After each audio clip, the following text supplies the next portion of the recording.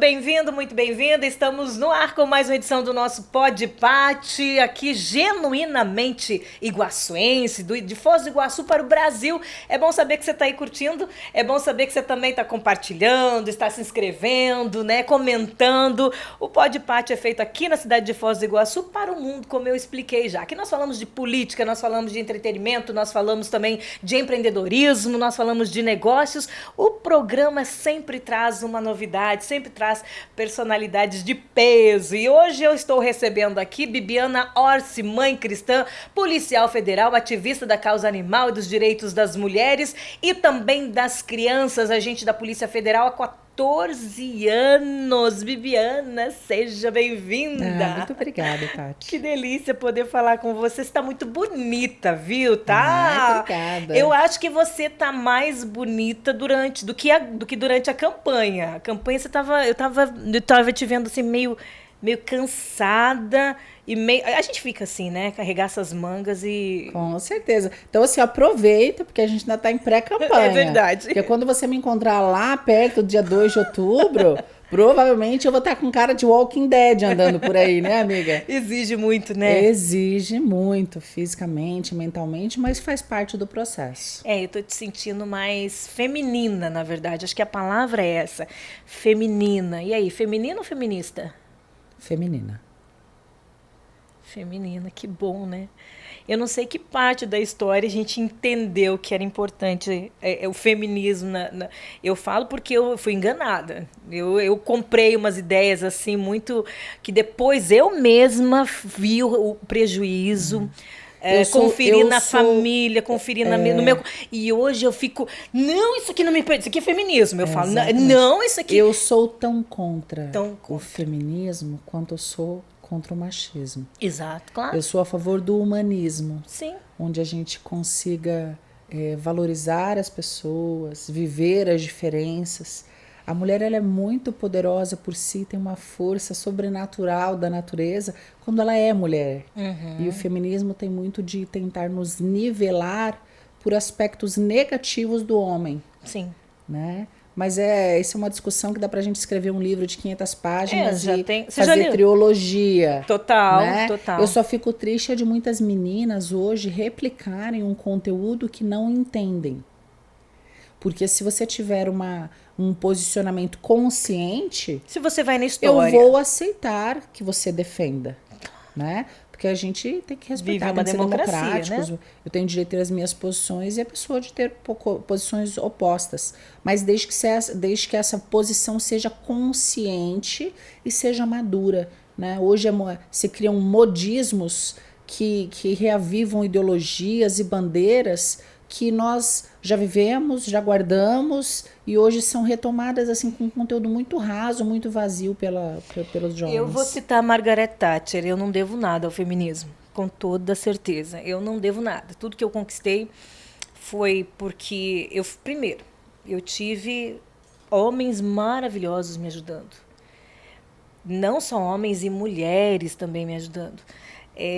Tudo foi de acordo com o meu esforço, com a minha luta, mas se eu precisasse passar por um concurso público ou minha faculdade, o meu estudo, eu ia estudar por mim, eu ia trabalhar por mim. Hoje, eu estava comentando ontem no rádio e dizia assim, se a gente consegue hoje ser mãe, é porque eu tenho um baita marido do meu lado, que inclusive está aqui gravando nosso podcast hoje, me ajudando muito. Então é feito muito na parceria. Não dá para fazer sozinha. O feminismo colocou a mulher de uma condição inimiga do homem de tal maneira. Cria muitas vezes uma vitimização do feminino. Uhum. Eu trabalho numa carreira que é eminentemente masculina. Exato. Né? Nós somos menos de 4% do efetivo da Polícia Federal são mulheres. Foi como você falou, eu não fiz concurso para cota. Claro, exato. Eu fiz o mesmo concurso que todo mundo, eu fiz a mesma academia de polícia que todo mundo e conquistei o meu espaço dentro da polícia e o respeito dos colegas, sendo uma boa colega independente do sexo. Por mérito. Tenho certeza que os colegas que trabalham comigo não olham e não pensam, a Bibiana é mulher. Não, a Bibiana é uma colega. Uhum. Né? Então eu não gosto, porque eu não gosto de mimimi em esfera nenhuma. Então o mimimi do feminismo também não me agrada, porque não, para mim não serve. Eu não sou a mulher da cota. Eu sou a mulher que vou e ocupo espaço. Exato, né? exato. E é esse aspecto. A mulher é muito corajosa.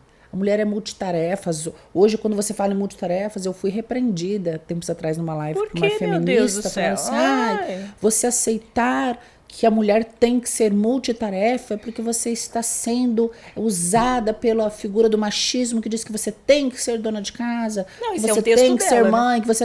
Eu falei assim, olha, eu sou multitarefa, com muito orgulho. Eu sou uma boa policial, eu sou uma boa esposa, eu sou uma mãe amorosa, dedicada, eu sou dona de casa sim, e eu não acho que isso me faça menos profissional ou menos mulher. Não há demérito. Porque eu fui criada por uma mulher que era assim, forte, e nem por isso abdicou do seu lado, mãe, mulher, feminina. Acho que a gente pode ser muito mais do que o rótulo de negação do papel materno. Meu Deus. De negação de um papel de que uma mulher pode ser uma boa companheira, uma boa esposa, porque eu também quero um bom esposo. Eu tenho um bom esposo ao meu lado. Sim. Então eu quero ser uma boa companheira para ele. E diante de Deus, né? Você que é cristã, você sabe que isso daí é aprovadíssimo por Deus, né? E ele concorda com esse pensamento e fica muito mais leve quando nós entendemos esse papel. Sim, na verdade, muitas bandeiras hoje do feminismo e de outras ideologias que são levantadas hoje dentro da sociedade, que se você pegar para estudar historicamente, eles vêm justamente para desconstruir o papel da família convencional. Né? Para que a mulher negue a maternidade, né? Pare de desempenhar o seu papel como centro do núcleo familiar. Né? E aí essas crianças que vão crescer avulsas vão para dentro de um sistema educacional doutrinador. Total. E altamente, né? E aí fala, nossa, Bibiana, contra a nossa, família. de onde você tirou isso? Ó, se as pessoas estudarem a história, enxergarem algumas agendas que estão tentando implementar, não só no Brasil, mas em toda a América Latina, hoje inclusive nos Estados Unidos, vão ver que as coisas não acontecem por acaso. Sim, teve toda uma agenda, todo um preparo. Exatamente. E Gramsci sabia disso quando se interferiu na cultura e sabia muito bem, junto com o feminismo. Aqui no livro da Ana Campaolo, fala as 3 ondas do feminismo e fala exatamente que em cada onda sempre houve a pretensão da destruição da família, da desconstrução do papel da mulher, do ofício da mulher. E eu digo o seguinte, é claro que com as guerras, a mulher se obrigou, né, a arregaçar as mangas e ocupar um espaço. Eu não vejo mais volta, nós ocupamos o mercado de trabalho, isso é sensacional, só que nós não somos inimigas dos homens. De forma nenhuma. Isso precisa ser desconstruído urgentemente. As mulheres, eu fico surpresa muitas vezes, as mulheres dizendo dentro das igrejas, inclusive, eu sou feminista, mas você sabe o que você é feminista? Quando você defende isso, essa ideologia, você está defendendo o aborto, você está defendendo a não construção da família, você está defendendo uma sociedade que é pura e unicamente feita com mulheres, e isso não é possível. Não. Né? Deus lá no... Eu tenho medo porque é a era dos extremos. Exato. Né? Eu oro muito, como cristã que eu sou, para que a gente chegue num terceiro momento onde a gente consiga discutir o que é bom para a evolução da sociedade como um todo, para uma criação de uma sociedade mais civilizada, mais tolerante, porque nem o A extremo, nem o B extremo vai nos servir.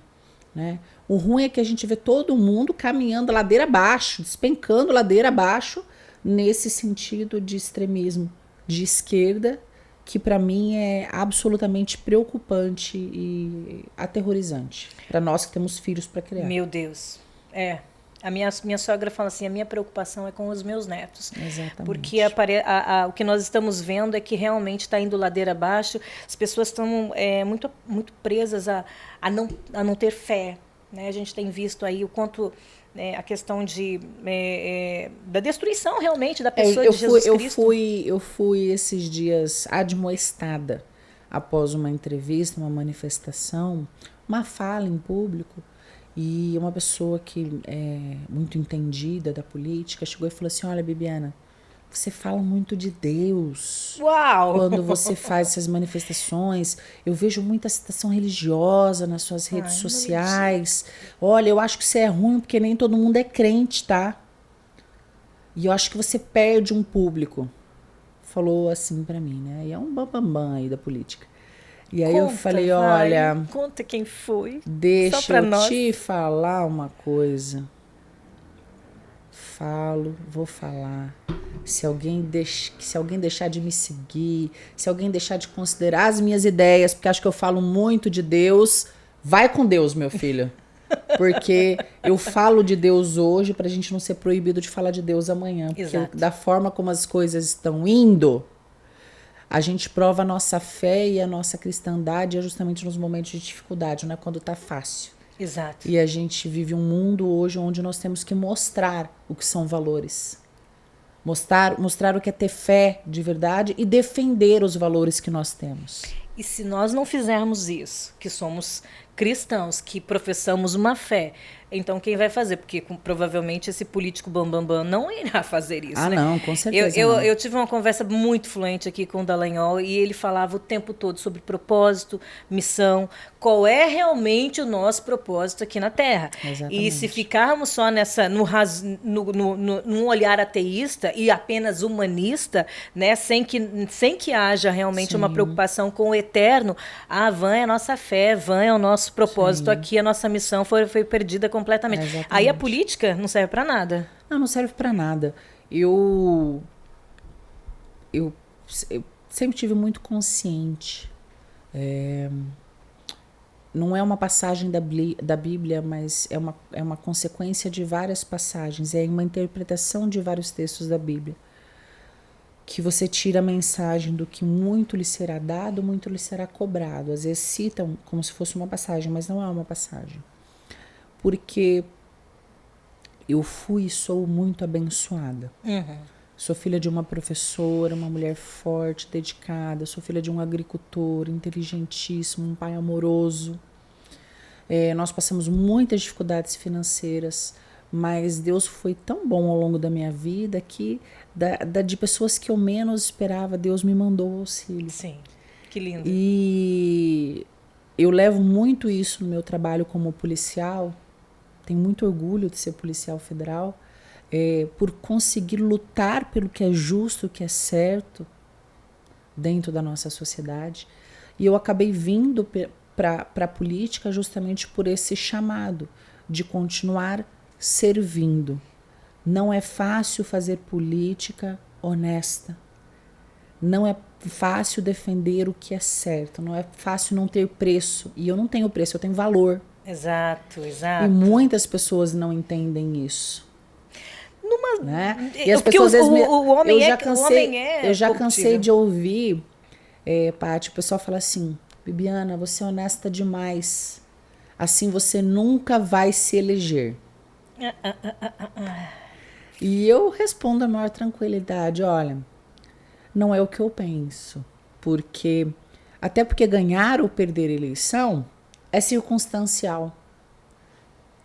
Eu trabalho para um dia alcançar o objetivo, mas o que eu não posso perder é me perder. Justo. É perder a minha fé, é perder os meus valores, é perder o que eu acredito, o que me move nesse propósito de alcançar um mandato, que é apenas uma ferramenta. Um meio. Uma ferramenta, um meio para a gente poder trabalhar mais ainda pelos nossos valores, pela reformulação hoje do sistema legal, que está nos levando para o caos. Essa é uma bandeira minha, comum, minha e do Deltan, né? Ou pessoas como ele, como eu, que conhecem o sistema e não tem rabo preso com o sistema. Justo. Ou a gente cai para dentro do Congresso, vai chutar umas portas lá democraticamente, ou a tendência é que tudo piore. Veja o que fizeram com a nossa Operação Lava Jato. Né? E com tantas outras, a gente só se refere à Lava Jato porque ela é uma operação que ela é a mais notória, mas muitas outras operações nossas, trabalho da Polícia Federal, do Ministério Público, da Justiça, foram simplesmente esquartejados dentro do Congresso Nacional, dentro dos tribunais. O STJ, o STF, eu não vou falar o que eles fizeram com a operação porque ficaria grosseiro falar, mas foi isso que eles fizeram com a operação, né? Usaram para... então, assim, a gente tem que acreditar, a gente tem que ter propósito. E tem que ser inflexível quando o tema é ética. Sim. É honestidade. Sim, claro. Né? E as pessoas reclamam, falam do Deltan, falam, se o Deltan chegar lá, vocês vão ter muito trabalho, hein? Vocês vão ter que se adequar. Eu não vou me adequar.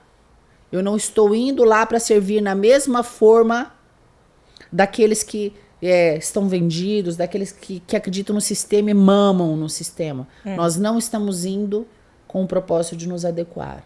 Nós estamos indo com o propósito de inconformados que somos com as injustiças e conscientes de que vai ser difícil, mas a gente precisa lutar contra o sistema. Vamos voltar um pouquinho na história. Você começou a falar da sua família. Eu pensei, poxa, como é que foi? Como é que é? Você é de Foz do Iguaçu? Você veio para cá? Eu sou gaúcha, de Passo Fundo. O meu nome já não nega que eu sou gaúcha, né? Bibiana, do Érico Veríssimo, da saga da Ana Terra, um certo Capitão Rodrigo, né? O Tempo e o Vento, né? A matriarca era depois da Ana Terra, vem a Bibiana. Então, eu sou gaúcha de Passo Fundo, minha família é de Passo Fundo, Vacaria, Esmeralda. Pequena, eu fui para o Mato Grosso do Sul, porque meu pai era agricultor, foi para lá como muitos gaúchos, mexia com lavoura. Minha mãe professora. E eu cresci... Professora de ensino médio, ensino fundamental? Minha mãe era professora de educação especial. Olha só, eu me formei em educação especial. A minha mãe trabalhou a vida inteira trabalhando artes plásticas para deficientes. Então eu cresci nesse meio de APAE, de Pestalozzi, fazendo trabalho voluntário, acompanhando o trabalho da minha mãe. Que legal. Eu e meu irmão sempre fomos atleta, porque o esporte era um meio para nós podermos estudar. Então eu só pude ter a oportunidade de estudar em bons colégios, porque nós éramos bolsistas. Então tá aí o meu carinho e o trabalho social que eu tenho, com vários mestres de capoeira que atendem comunidades carentes, com as meninas do futebol feminino, que trabalham futebol de base, porque eu acredito que o esporte é uma ferramenta de transformação, total. Que a gente carrega para a vida toda. Às vezes o povo pensa assim, a Bibiana é casca grossa porque ela é polícia. E eu falo, não, gente, quem me deixou casca grossa foi o esporte que me ensinou. Mas imagina. A ter objetivo, a brigar, a treinar, a ter disciplina, a dar tudo que você tem. Não conseguiu, não tem problema, amanhã você volta a treinar de novo. Entender a concorrência de uma forma a construir isso, por favor. Exatamente. Então, quando eu entrei para a polícia, eu já era meio moldada. Né? Exatamente. Deus já tinha te preparado para a função. O esporte tinha me auxiliado.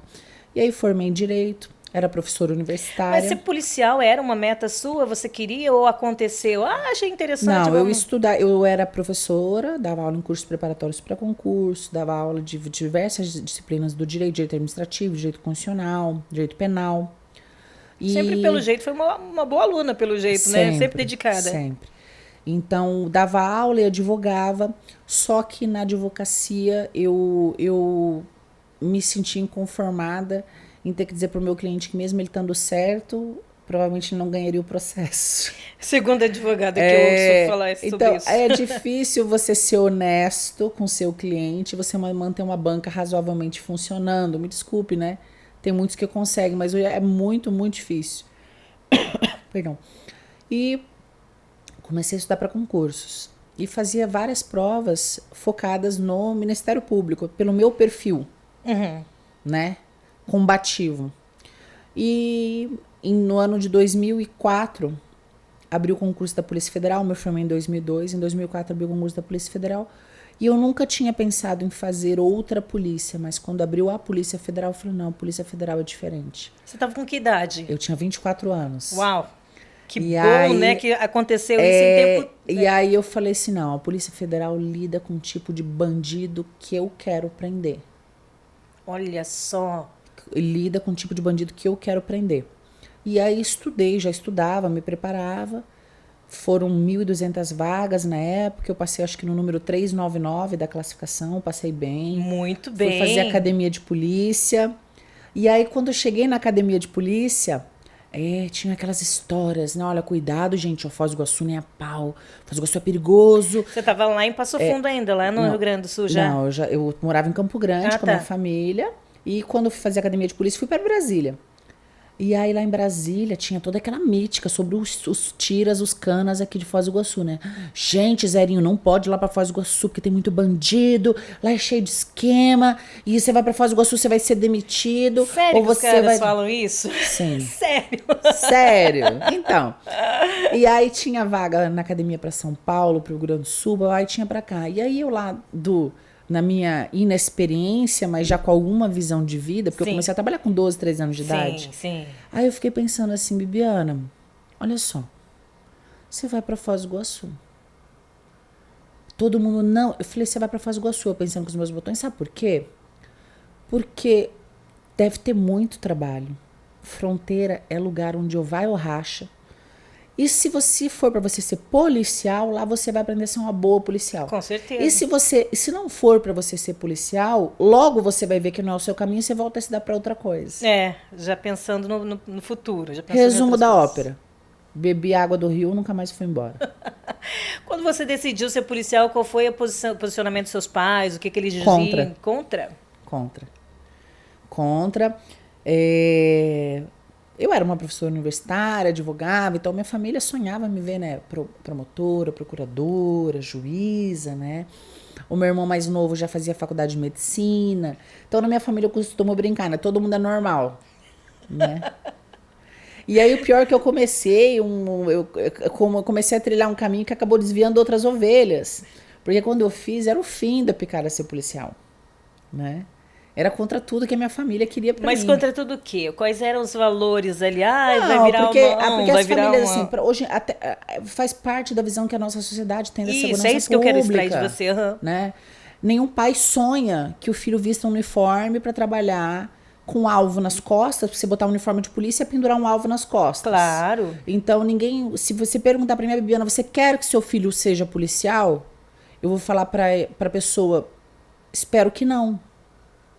Porque apesar de ser... Você conhece o caminho das pedras. Espero que não. Por quê? Porque a gente vive numa sociedade que, primeiro, é hipócrita. As pessoas esperam uma conduta do policial e julgam quando ele faz o que elas esperam.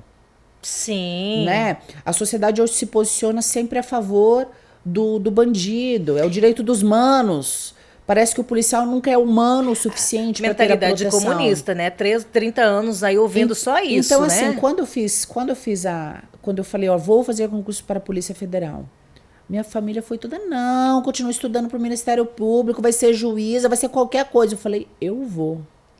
Passei. Que decisão, que missão mesmo, Eu vou. Fui para academia de polícia e aí escolhi Foz do Iguaçu, fronteira. Você é louca, menina!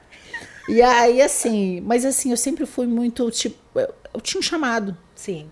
E aí eu vim pra Foz, tanto que as pessoas perguntam assim, de onde você é? Eu falo, eu sou de Foz, porque eu nunca pensei eu me adaptei tanto, eu me apaixonei pela cidade, hoje toda a minha vida, eu casei aqui, separei aqui, tive meu filho aqui, desde que cheguei, me envolvi nos trabalhos sociais, durante 10 anos representei os policiais federais aqui de Foz e depois do Paraná todo. Então, assim, hoje, quando eu falo eu sou de Foz, é porque eu não consigo me lembrar, a não ser quando a pessoa pergunta onde você é nascida. Uhum. Aí eu consigo ter outra referência. Eu acho lindo isso, parabéns, porque eu sou eu sou nascida, crescida em Foz do Iguaçu, conheço agora não tanto mais, porque a cidade até cresceu, mas assim, eu conheço e sou muito, muito defensora desse lugar. Mas me incomodava tanto, porque com o advento da Itaipu, muita gente veio para cá, muita gente extraiu daqui, mas nunca ninguém dizia assim, olha, eu sou de Foz do Iguaçu, ou se apropriava dessa terra como dizendo assim, olha, eu pertenço a este lugar. Sim. Extraía o que podia e ia embora. Ou estava aí 50 anos na cidade e dizia assim, eu sou lá de Passo Fundo. Como um exemplo, entendeu? E eu acho essa falta de pertencimento... Você sabe que desde 2000 Para você ter uma ideia, desde 2007, 2006, o meu e-mail é bibiana.foz, @gmail.com, que era referência quando os colegas perguntavam, de onde você é? Sou de Foz do Iguaçu. Então, isso traz para nós um bairrismo para defesa, para tudo, na verdade. Isso traz identidade, cultura, traz língua. Às vezes as pessoas têm um conceito distorcido do que é cultura. Foz tem uma cultura. Não, Foz não tem uma cultura própria, porque tem cultura em todos os lugares. Não, essa é a nossa cultura. Essa é a nossa cultura. É a cultura de ser receptivo. Sim, é a cultura mãezona, de você de você ter dentro da mesma cidade um templo budista, uma catedral, uma Nossa Senhora de Guadalupe, ter uma mesquita, ter colégio adventista, católico, colégio muçulmano, libanês funcionando todos juntos. Essa é a cultura de Foz. O que me dói? O que me dói é você ver o tamanho do potencial dessa terra, que para os curitibanos e para os representantes do nosso estado, nós somos tratados muitas vezes como o fim da linha. Exato. O Oeste não ver que nós somos o coração da América Latina. E olha, o Mercosul é a cara de Foz do Iguaçu. Nós não somos a terra da muamba, não, meu irmão. Nós somos a terra do comércio exterior. Exato. Nós somos, não é a terra das cataratas. Nós temos um potencial para turismo religioso, turismo de aventura, turismo náutico, turismo de negócios. Só precisa ser fomentado. Eu diria assim, nenhuma cidade, porque até quando você compara com o Rio de Janeiro, em questão de custo, violência, risco, hoje nenhuma cidade no Brasil tem o potencial para desenvolvimento que a nossa cidade O que acontece com o nosso povo, Bibiana, que parece que não se apropria disso e diz assim, eu vou arregaçar as minhas mangas, aqui é minha terra. Isso passa pela sociedade civil organizada. Sim. Isso representatividade, passa pelas administrações públicas, pelos representantes daqui que não se empenham em fazer uma campanha pelos símbolos da terra, pela cultura local. Resgate da identidade. E aí, onde tem a consequência? No que eu sempre venho, falo e bato. A gente está agora ainda em pré-campanha. Daqui uns dias vai começar a campanha. Gente, quando eu converso com pessoas bem simples da periferia, de algumas áreas até de ocupação, às vezes as pessoas até não têm a diferença entre o que faz um senador, um deputado federal, um deputado estadual, e eu explico para elas. E aí eu tento explicar essencialmente qual a importância de nós sermos representantes nossos, né? Eu converso lá com a Dona Maria, eu pergunto para ela assim, Dona Maria, você sai da sua casa para lavar a calçada da vizinha? Ela, não. Seu Zé, você sai do seu lote para carpir o lote lá da outra rua? Não, Dona Bibiana. Então, olha só. Sabe por que você não sai? Porque cada um cuida do que é seu. Uhum. E nós temos que cuidar do que é nosso. Um representante de Curitiba não vai cuidar do Oeste. Um representante de Londrina não vai cuidar de Foz do Iguaçu. Eles não entendem o que nós somos. Nós somos a terra onde você acorda, toma seu café aqui no Brasil, atravessa a ponte, trabalha no Paraguai, volta para casa, janta na Argentina, onde os paraguaios vêm comprar aqui, vêm fazer cursos no Brasil, baixou a gasolina lá, a gente abastece lá, porque nós somos uma única cidade, nós somos a maior conurbação da América do Sul, somos nós. Uhum. Então, assim, nós temos especificidades e potencialidades que só quem é daqui enxerga. Uhum. Nós não somos 3 cidades divididas pelas fronteiras. Eu acho nós somos uma comunidade multinacional com fronteiras precisa formais. Resgatar a sua autoestima urgentemente.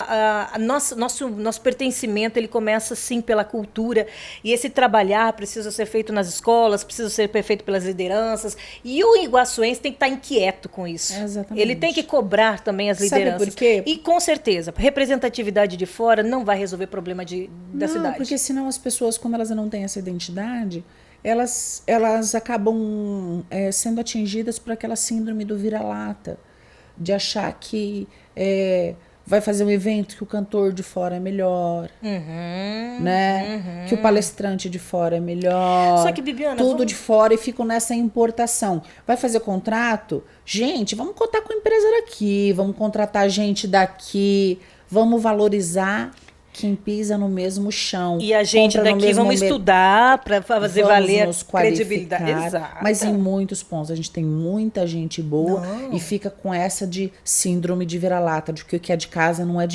bom, é bom sim. Faz muito tempo isso. Esse discurso que você está trazendo, eu falava muito no rádio. Tinha um programa que se chamava Cartão de Embarque. Acontecia sempre na Rede Massa e eu falava tanto, gente, nós precisamos parar com essa síndrome do vira-lata, porque dessa forma isso impede. É delimitador demais, sabe? É um obstáculo para o nosso crescimento, para o nosso desenvolvimento. Uma coisa que eu vejo, a gente recebe milhares de turistas. Quantos iguaçuenses nunca pisaram nas cataratas? Quantos iguaçuenses nunca pisaram dentro da Itaipu?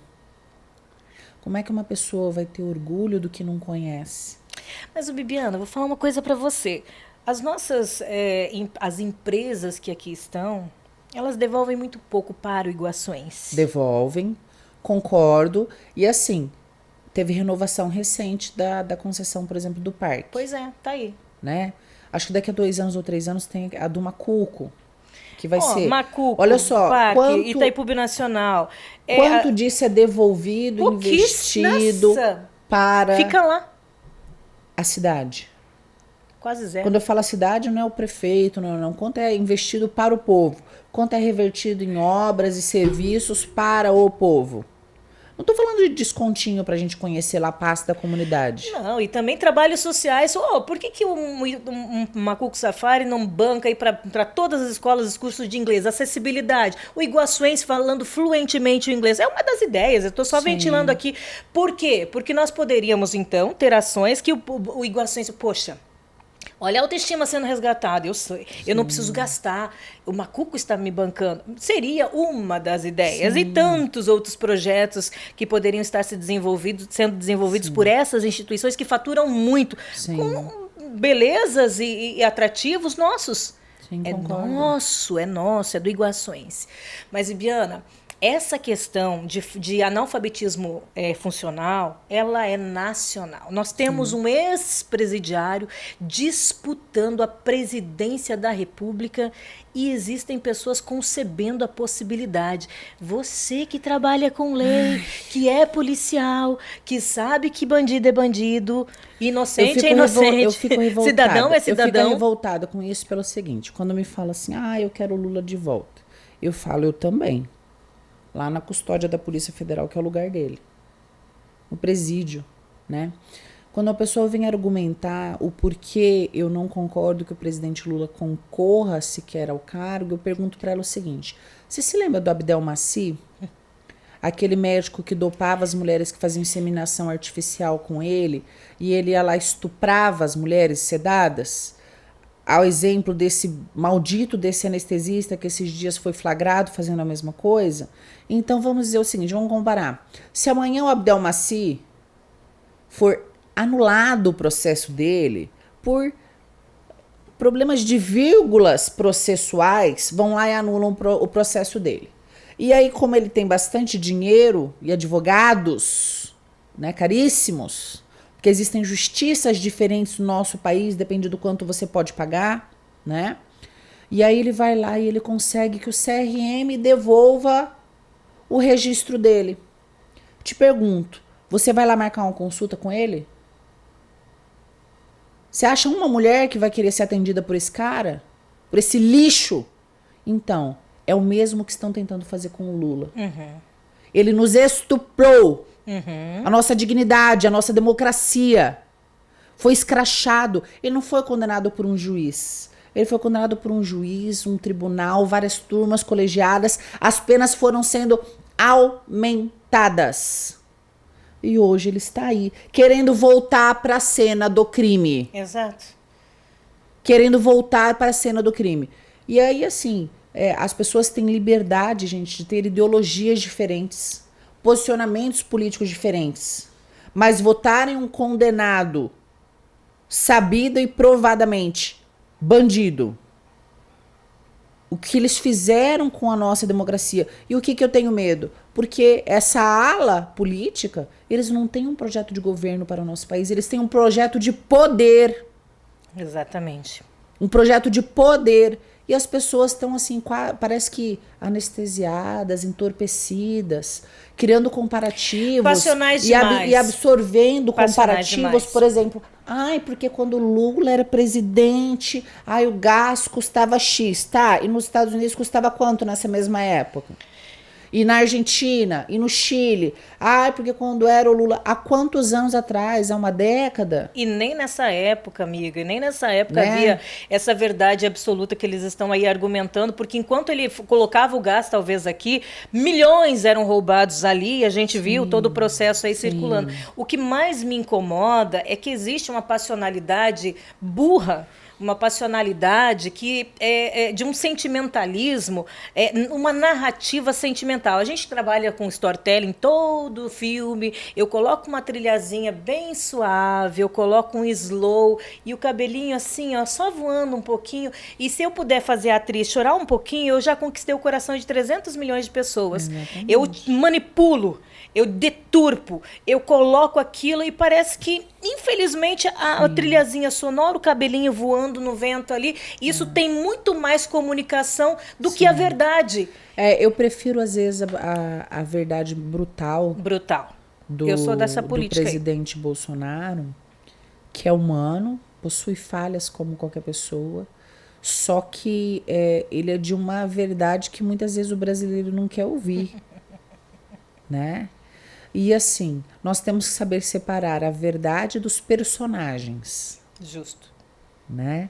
Justo. Separar os fatos das propagandas. Infelizmente, hoje nós temos toda uma manipulação, aquelas mentiras que são repetidas até que elas se tornem verdades, por muitos meios de comunicação. Né? E aí as pessoas vão assim... parece que elas não se assustam mais com tudo que foi feito de corrupção. Parece que virou normal. Mas virou normal. E Gramsci sabia disso quando ele estava trabalhando ali, quando ele mexeu com as faculdades, com os professores universitários. Você foi professor universitário, eu sei que por algum momento a coisa buscou ser tendenciosa para esse lado. Vamos manipular desse jeito. E por um tempo eu, como cidadã, me senti enganada. E olha que a gente lida com comunicação, me deixei levar. Mas uma vez que a verdade aconteceu, que a verdade apareceu e a verdade liberta. Sim. A verdade é libertadora demais. Aí você fala assim, não, então agora a verdade chegou, vamos tirar as escamas dos olhos e vamos ser libertos. Vamos retomar aquele ponto onde a gente falava da nossa fé. Uhum. Eu não tenho como, sendo policial, consentir que o ex-presidiário sequer concorra à presidência da República. Eu não tenho como, sendo mãe e cristã, querer que se discuta interrupção deliberada de gravidez, né? Desculpe, eu não sou uma pessoa, eu sou uma pessoa desprovida de qualquer tipo de preconceito em relação à orientação sexual, a raça, a credo. Só que eu também não quero meu filho sendo sexualizado, nem homossexualizado. Nenhuma exposição sexual é dentro das escolas. Por quê? Porque a sexualidade é algo que eu vou tratar com meu filho quando ele tiver maturidade para isso, dentro da nossa intimidade, da nossa confiança, do nosso lar. No timing que você conhece. Exatamente. Da personalidade então, que ele apresenta. As pessoas elas têm que parar para pensar. Ah, não, eu voto em fulano, beltrano. Beleza, mas olha só, isso aí o que está em jogo. Isso aí não é... Isso não colide com os princípios da sua fé. Justo. A gente tem que ser, no mínimo, assim, consciente, né, da opção. Você está dando um cheque em branco para isso. É isso que você acredita? Porque não é o que eu acredito. Né? Por exemplo, na matéria do aborto, quando me questionam, eu falo assim, você é a favor do aborto? Eu falo, não. Não, mas você não acha que a mulher é dona do próprio corpo? Não, não é.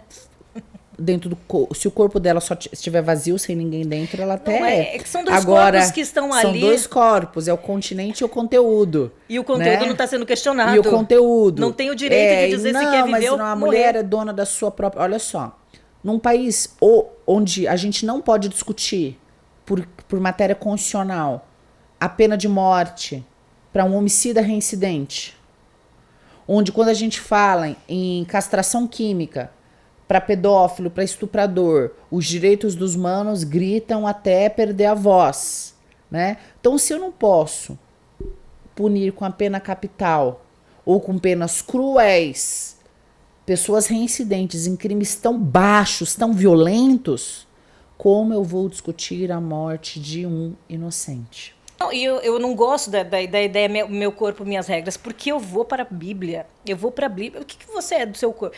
Para de respirar aí. Vamos ver se você domina isso aí. Para de teu coração bater. Você não domina. E eu estou sobre... Quando eu digo que eu sou...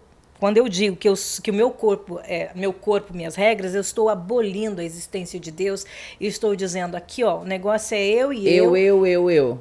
E eu faço o que Exatamente. eu quero. Aí, minha filha, você assume todas as responsabilidades dessa tomada de decisão. Não, e olha só, sabe o que nos preocupa muito? A mim, ao Deltan e a várias pessoas que eu vejo nessa caminhada política, ainda bem que preocupa várias pessoas. Hoje em dia nós temos muitos temas absurdos tramitando dentro do Congresso, que a gente não tem só que trabalhar para evoluir, a gente tem que trabalhar para nos proteger.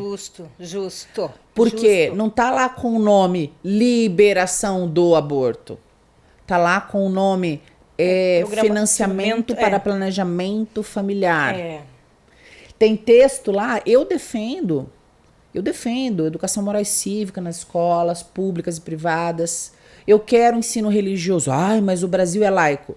O Brasil é laico, quer dizer que nós não temos uma religião oficial, mas Deus existe, inclusive, na Constituição. Para quem não acredita na Bíblia, está lá na Constituição. Tá lá na Constituição, né? Exato. Mas assim, que as crianças possam aprender os princípios da fé, da bondade, independente de religião.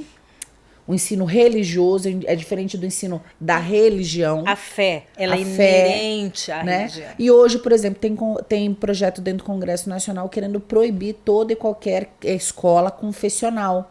Ou seja, não poderia mais... Eu estudei a vida inteira em colégios salesianos. Nossa Senhora Auxiliadora, depois Dom Bosco, depois Faculdade Católica. E hoje, se um projeto desse passa... Não tem mais São José, não tem mais escola batista, não tem mais escola adventista.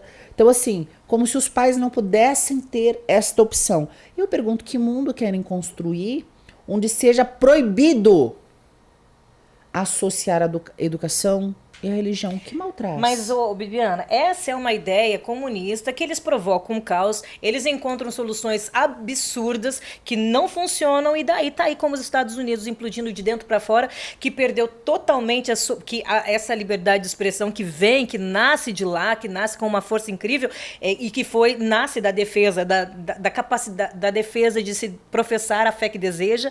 Ela foi desconstruída, ela foi perdida. Os Estados Unidos estão pagando hoje um preço altíssimo por essa concessão e hoje estão tentando colocar os caquinhos assim no lugar do outro. Quando eu falo de ensino religioso, eu falo dos princípios de todas as religiões. É princípio moral. Sem Deus não tem moral. A nossa cultura brasileira é absolutamente ampla, riquíssima, né? Eu quero que o meu filho tenha direito de se manifestar pela sua fé, como todos os outros em todas as suas expressões religiosas. Aí quando você tem esse conceito, veja bem, a defesa da ideologia de gênero dentro da escola, a proibição do ensino religioso, a qualquer proximidade da escola, né? A desconstrução da figura da mulher. Meu Deus, que futuro nós estamos plantando? Exato. Eu tenho essa preocupação. O homem não dá conta do resultado disso, viu? E eu nunca me considerei uma pessoa conservadora, sabia? Não. Nunca. Uau. Hoje eu vejo... eu sempre fui uma pessoa assim, cabeça aberta... Mas é que desenvolvimento e progresso não tem a ver com progressismo. Para entender posições novas e opiniões diferentes. Isso é desenvolvimento. E só que hoje eu vejo assim que a gente tem que voltar ao mínimo. A gente tem que voltar ao mínimo para que nós possamos ter um mínimo de segurança no futuro dos nossos filhos. Bibiana, você tem duas pautas que você trabalha muito, tem trabalhado em cima, a questão da mulher e a questão dos animais de estimação. Especificamente dos animais de estimação, qual é o amor? Quais são as atrocidades também? Eu acho que o homem perdeu tanto o amor por tudo. Por tudo. Que ele até no meio, no animal... O meu nível de amor, ele é bem pouco. Eu tenho um São Francisco de Assis tatuado no meu braço. Uau. De tão pouco que eu sou devota da causa animal. Apaixonada. Eu sou bichenta.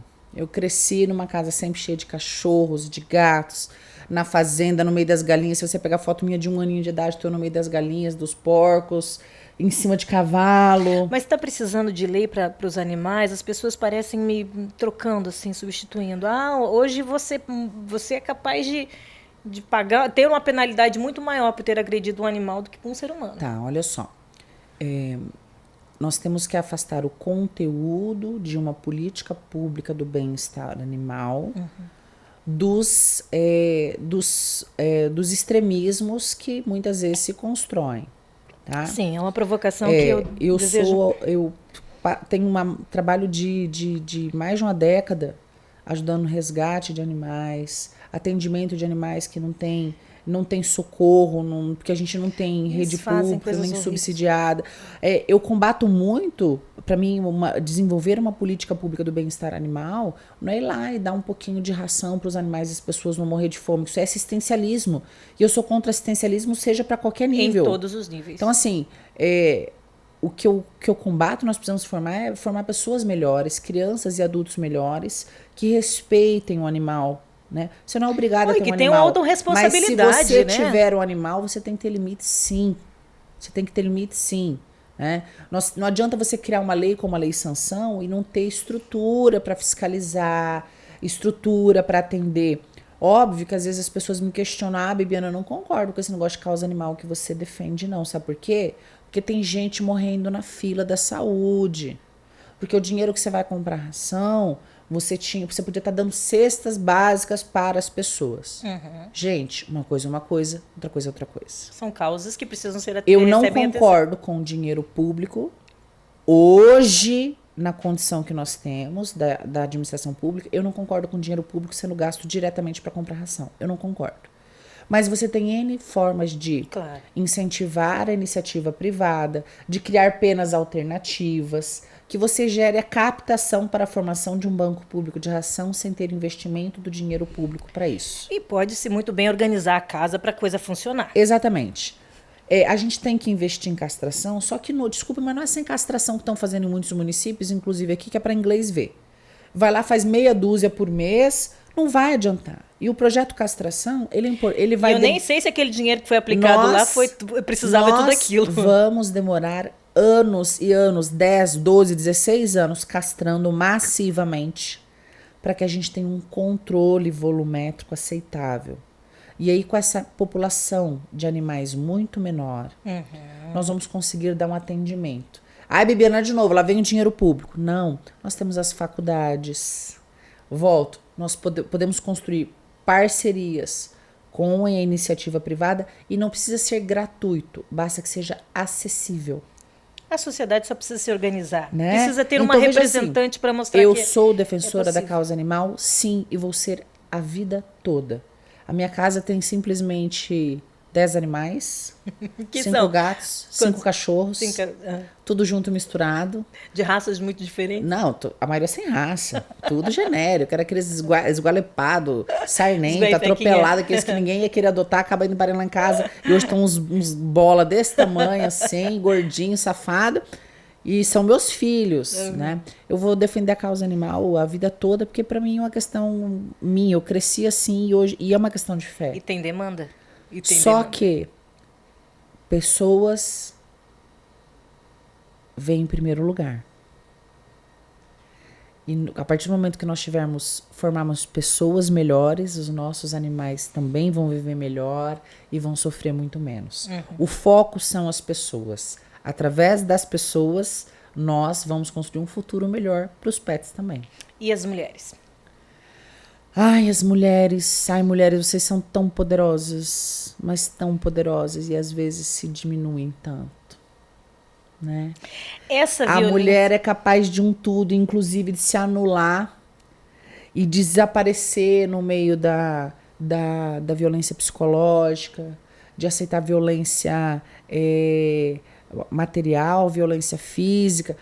Num conjunto todo, às vezes o papel da mãe sobrepõe o papel da mulher, da dignidade individual dela, e ela se sujeita assim conscientemente àquilo, né? Isso vai gerando quadros de violência extrema, porque é muito difícil na primeira crise você chegar num ponto de um feminicídio. Essa semana eu tava numa reunião de mulheres e eu conheci uma menina que veio me questionar sobre o seguinte ponto. Ela falou assim: Bibiana, eu sei que você trabalha com mulheres vítimas de violência. O que você me diz sobre os órfãos do feminicídio? Aí eu fiquei quieta, perguntei sobre qual ponto de vista. E ela falou para mim assim: você acha justo os órfãos do feminicídio terem que carregar o resto da vida no documento deles o nome do assassino da sua mãe como se fosse seu pai? Uau! E aí na hora eu olhei para ela e falei: sua mãe foi assassinada. Ela: sim, minha mãe e a minha irmã, pelo meu pai. E toda vez que eu pego o meu documento, o nome dele tá lá para me punir. E na certidão de nascimento da minha filha, consta ele lá como avô paterno. É difícil. Né? E na hora eu fiquei assim, ela falou assim: eu nunca conversei com uma pessoa assim de fora sobre isso, eu quero te pedir uma coisa. Se você tiver chance de alcançar o seu objetivo, luta pela gente lá. Uhum. Porque o fato deles estarem presos não acabou com a minha punição. Eu perdi minha mãe, eu perdi minha irmã, e o resto da vida eu vou ter que lembrar que eu ainda sou ligada a esse. E o pai dela não só matou a mãe e a irmã, ele abusou dela durante a vida toda. É uma marca, é uma cicatriz terrível, né? Ele amarrava ela à cama e abusava dessa menina que hoje é uma mulher. Ela contou pra mim, ela só não tirou a própria vida porque quando aconteceu a tragédia, até o pastor da igreja dela culpou ela, os vizinhos culparam ela, a família culpou ela como se ela tivesse provocado o pai, se oferecido para o pai.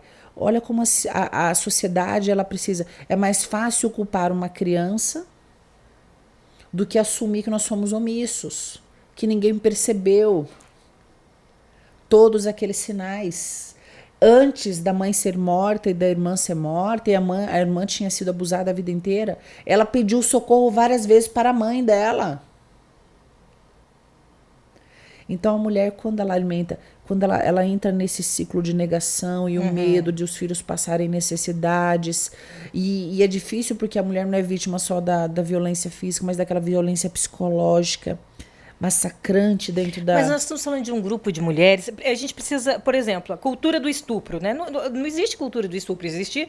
Senão o meu marido seria estuprador, se todo o teu marido seria estuprador. Essa fala, ela é altamente nociva, ela é terrível, mas ela acontece, existe, o estupro existe, acontece, e a gente precisa ter lei, a gente precisa ter penalização das vítimas. Isso é a coisa mais absurda, cruel, nojenta que existe. Ok, nós estamos falando das vítimas, mas o que nós precisamos entender isso é geral, é um aspecto geral. Nós estamos falando de quantos % disso? Estou perguntando números reais, porque eu sei que existem números fictícios também para se levantar uma causa, para aquele primeiro assunto, primeiro tema que nós começamos lá na frente, para se fortalecer uma ideia feminista. Sim. E precisa dar nomes aos bois, a gente precisa entender como é que essa questão social, política, ela se estabelece para que pessoas como você estejam lá defendendo o que é verdadeiro. Hoje em dia eu tenho um filho homem em casa, amanhã uma menina,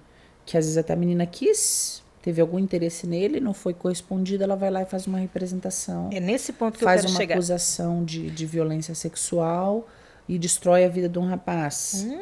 Do outro lado... Tem mulheres que sofrem violência real e é questionado, mas que roupa que ela estava vestindo? Uau, aí também é crueldade, né? E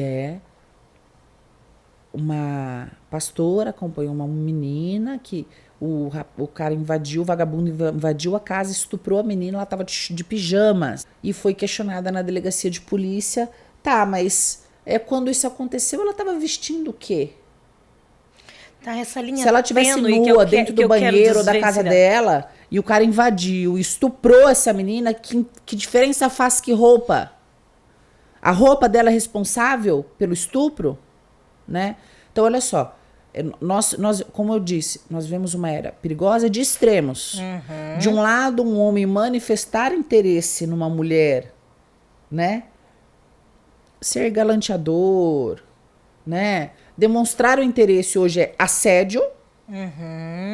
Exatamente. Né? E do outro lado, a mulher que é vítima tem que provar que, desculpa a expressão, ela não é puta, porque se ela for puta, ela pode ser estuprada. Então, veja bem, olha, nós precisamos... A balança ou tá caída para um lado ou tá despencada para o outro. E nem nesses dois pontos nós temos justiça. E tem gente sofrendo. E em nenhum desses pontos nós temos justiça. Você concorda? Concordo. E é preciso uma ressignificação. Eu digo que é necessário uma ressignificação do indivíduo, da autorresponsabilidade.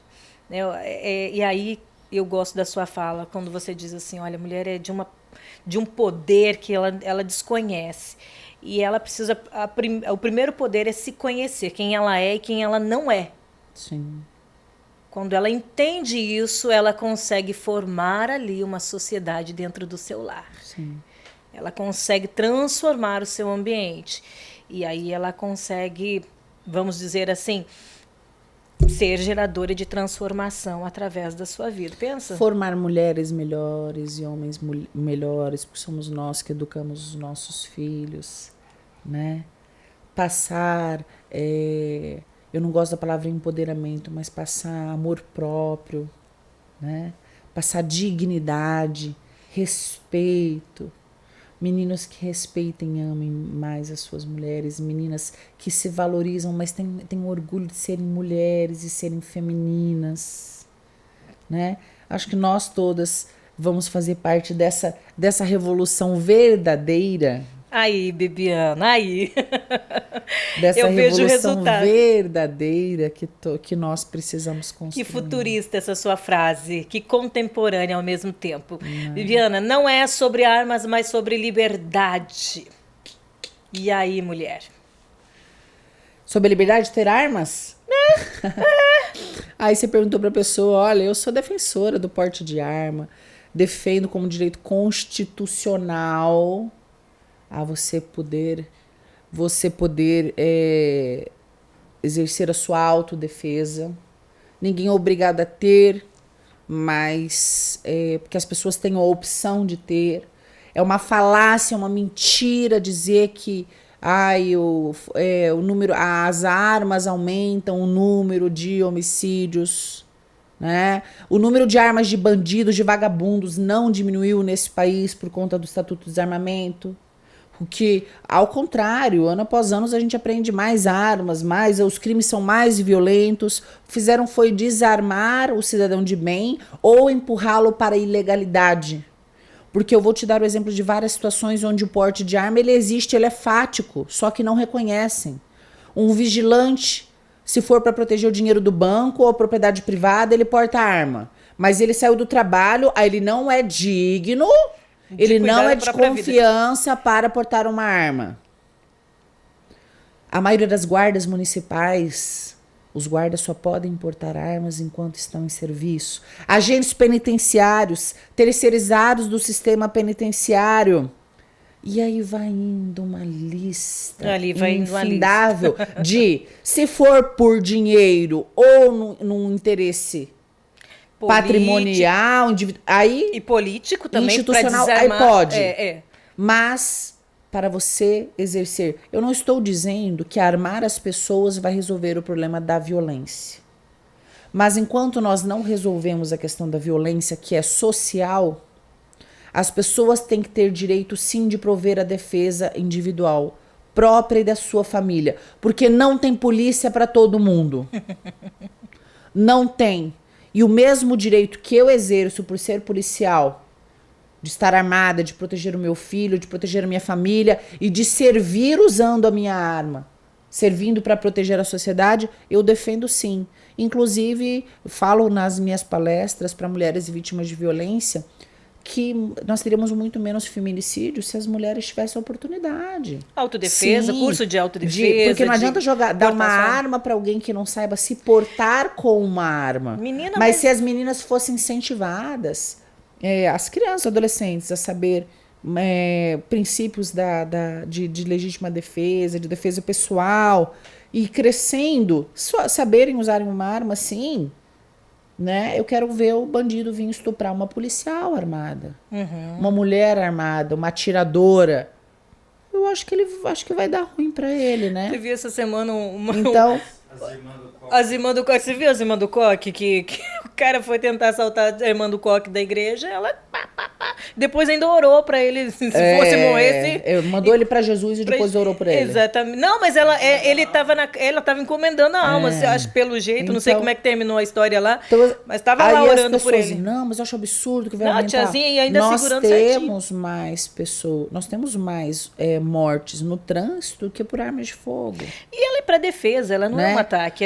Armas de fogo não geram violência. Não, mas o Brasil é um país violento. Não por conta das armas de fogo. A Suíça é um dos países do mundo onde você tem mais armas per capita e é um país onde menor criminalidade, um dos menores níveis. Então é cultural. E aí o povo fala assim, mas você quer comparar também o Brasil com um lugar desse? Não, é porque você quer tratar de número, nós vamos tratar de número. Nós vamos tratar de número. O que eu não concordo é desarmar o cidadão de bem e o vagabundo ter a certeza quando ele entra na sua casa, e ele esculacha a esposa na frente do marido, ele estupra o filho na frente do pai, na frente da mãe. Te humilha, te rouba. Te humilha, te estupra, te mata, te rouba, porque ele tem a certeza de que você é a vítima. Ele tem certeza da impunidade. E eu acho que a impunidade é a segunda garantia dele. A primeira garantia é de que ele vai entrar e não vai ter ninguém armado para confrontá-lo. Justo, Só não sendo na minha casa, porque lá ele vai ser recebido a bala. Lá em casa, não. Eu não queria falar isso, depois eu vou ver se o maridão deixa eu colocar essa parte, mas lá em casa também vai ser recebido a bala. Glória a Deus. Se chegar, vai ser recebido a bala. Sim, só falta a plaquinha lá na porta da minha casa, né? A plaquinha na porta da minha casa, né? Não entra. Nesta casa acreditamos em Deus e gostamos de armas. Cuidado para não encontrar Deus através da segunda. E tá tão, eu digo assim, aí você muda a cultura. É que tem que mudar a cultura para a pressão acontecer com os políticos, que é a partir do clamor do povo, as políticas e leis começam a surgir. Mas para se adquirir uma arma é outra dificuldade, outro processo lento, Sim. demorado. Porque o pressuposto é que você está errado em querer comprar uma arma. O pressuposto é que você está comprando uma arma para fazer algo que é errado. Errado, exato. Você vê se não é cultura isso, porque a vida inteira ouvimos que é a cultura da violência. A arma vai matar alguém que você, de repente, se você estiver armado. Quando, na verdade, não é assim. E a história tem mostrado, os números têm mostrado. Tiro esportivo é um esporte bacana. E olha outra mentira que agora eu lembrei. Que a esquerda adora. Isso defender as armas é um discurso elitista. Ah, tá. Porque o pobre não tem condição de comprar uma arma. Será? Beleza. Aí eu digo pra você, se você tiver o porte e quiser comprar um revólver, calibre 38, suficiente para sua defesa pessoal, algo em torno de R$1.500, R$1.800, você compra uma arma registrada, bonitinha, tá? Entra numa loja de celular. Quanto que vai estar um iPhone? Um celular meia boca hoje é R$2.500, intermediário 3.000 e pouco, um iPhone Jesus Cristo, eu nem sei porque eu não tenho dinheiro para comprar isso. Nem eu, Então, menino. assim, não vem com esse discurso. 15. É tudo a questão, são bens de consumo. Mas... Quem tem interesse, Bibiana, mas celular usa para trabalhar e uma arma você usa para se defender o resto da vida. Você vai morrer e vai deixar de herança pro seu filho. Uma arma não dura 4 anos, dura 40, 100. Meu Deus, você vê que a narrativa então, assim, são mentiras. É ruim demais a narrativa. São mentiras. E as pessoas querem se apoiar nisso. Aí eles pegam, por exemplo, óbvio, hoje com as taxas de importação, se você for comprar, por exemplo, uma pistola Glock, que é a arma austríaca usada pela Polícia Federal, uma das melhores armas policiais do mundo, com toda a documentação importante, você vai gastar uns 10 conto, 12 conto, ok. Mas se você quiser comprar um revólverzinho Ross, Taurus, né, você vai comprar com muito menos, metade do preço de um celular. Então não se enganem. E outra não coisa, se enganem, bandido quando souber que você que a maioria tá armada, não entra, não fica arriscando, não vira profissão. Concordo. Não vira profissão. A gente tem que parar de se deixar enganar. Quando fizeram o referendo, quando fizeram o plebiscito, perdão, em relação ao Estatuto do Desarmamento, a resposta do povo foi justamente o contrário do que foi implementado. Exatamente. Exatamente o contrário do que foi implementado. E tá na hora da gente falar, opa, chega de enganar. Chega de nos enganar. Nós queremos discutir, sim, porte. Não é só o CAC. Apoia os CACs, tem o CAC. Não, menina, porque hoje, na verdade, as pessoas estão procurando procurando os clubes de tiro como uma forma de terem acesso ao armamento. Lógico. Para a defesa, não para o tiro esportivo. Elas já entenderam que não há mais. O sistema colapsou. Não há outra forma. A sociedade, as leis têm que ser corrigidas de acordo com as necessidades e o momento da sociedade onde nós vivemos. A sociedade quer a liberação do porte de arma. Óbvio, tem que ser para pessoas que tenham bons antecedentes. Precisa ter critérios. Tem que ter avaliação psicológica, avaliação técnica. Mas passou nisso, tchau e benção, toma sua arma e vai para sua casa. Você vê como é tão ridícula o se apoiar da questão de desarmamento, que as pessoas têm consciência que o bandido está armado, que ele vai te ferir, ele vai te machucar e aí cria uma narrativa do não resista. Não resista. Não reaja. E o mais sério, ela sabe que o bandido e você permite aquilo. Você permite aquilo de dizer assim, não, o bandido tem arma realmente. E você está fazendo o quê para se defender? Nada, eu acho que eu não devo reagir. Essa mentira foi incutida na sua cabeça, você está lá impotente, refém, e tá tudo certo. Não, sim. É a mesma coisa do que você falou. É totalmente diferente da cultura do que o americano. Justamente. Que ele aprende. E você comentando aqui, ai, mulher, você é tão poderosa. É uma mudança de mentalidade. Exatamente. Uma virada de chave. Virar a chave. É entender que, não, isso não pode acontecer comigo, eu não aceito. Eu não aceito que me digam que eu não posso estar desarmada. Eu não aceito que me violentem. Eu não aceito que me coloquem num lugar onde eu não devo estar, porque esse lugar não é meu, não me pertence. Eu me conheço e eu sei quem eu sou e quem eu não sou. E começa a história, começa a gerar uma transformação. Sim. Bibiana, o Paulo já mostrou aqui que não podemos mais continuar conversando. Também, né? A gente fala pouco, né, amor? A gente já se estendeu um monte. Bibiana, o que você acha? 2022, eleições para presidente. Oro e trabalho, torço e acredito que o presidente Bolsonaro seja reeleito. Vamos fazer um ping-pong aqui, acho que vale a pena. Eu falo, o que vem na cabeça aí, você traz pra gente aí. Foz do Iguaçu. Lar. Família. Tudo. Polícia. Missão. Educação. Transformação. Segurança. Prioridade. O nosso governo municipal. Vergonhoso, incompetente, corrupto. Nosso governo estadual. Tem? Bibiana. Bibiana é... Você pode se estender nessa. Bibiana é a mãe do Lucas. É uma mulher de fé. Uma policial absolutamente orgulhosa e dedicada pela função que exerce. E uma mulher que agradece a Deus cada dia que acorda e a cada dia que volta para casa, agradecendo pelas bênçãos e pedindo perseverança e persistência todos os dias, para que a gente continue lutando pelo espaço das mulheres, pelos nossos animais, pelas nossas crianças, contra a violência, pela nossa cidade, enquanto for necessário, e para que a gente, quando chega lá na frente, a gente olhe para trás e fale, eu fiz a diferença. A Bibiana é uma pessoa movida pela fé e que acredita que cada um de nós pode fazer a diferença.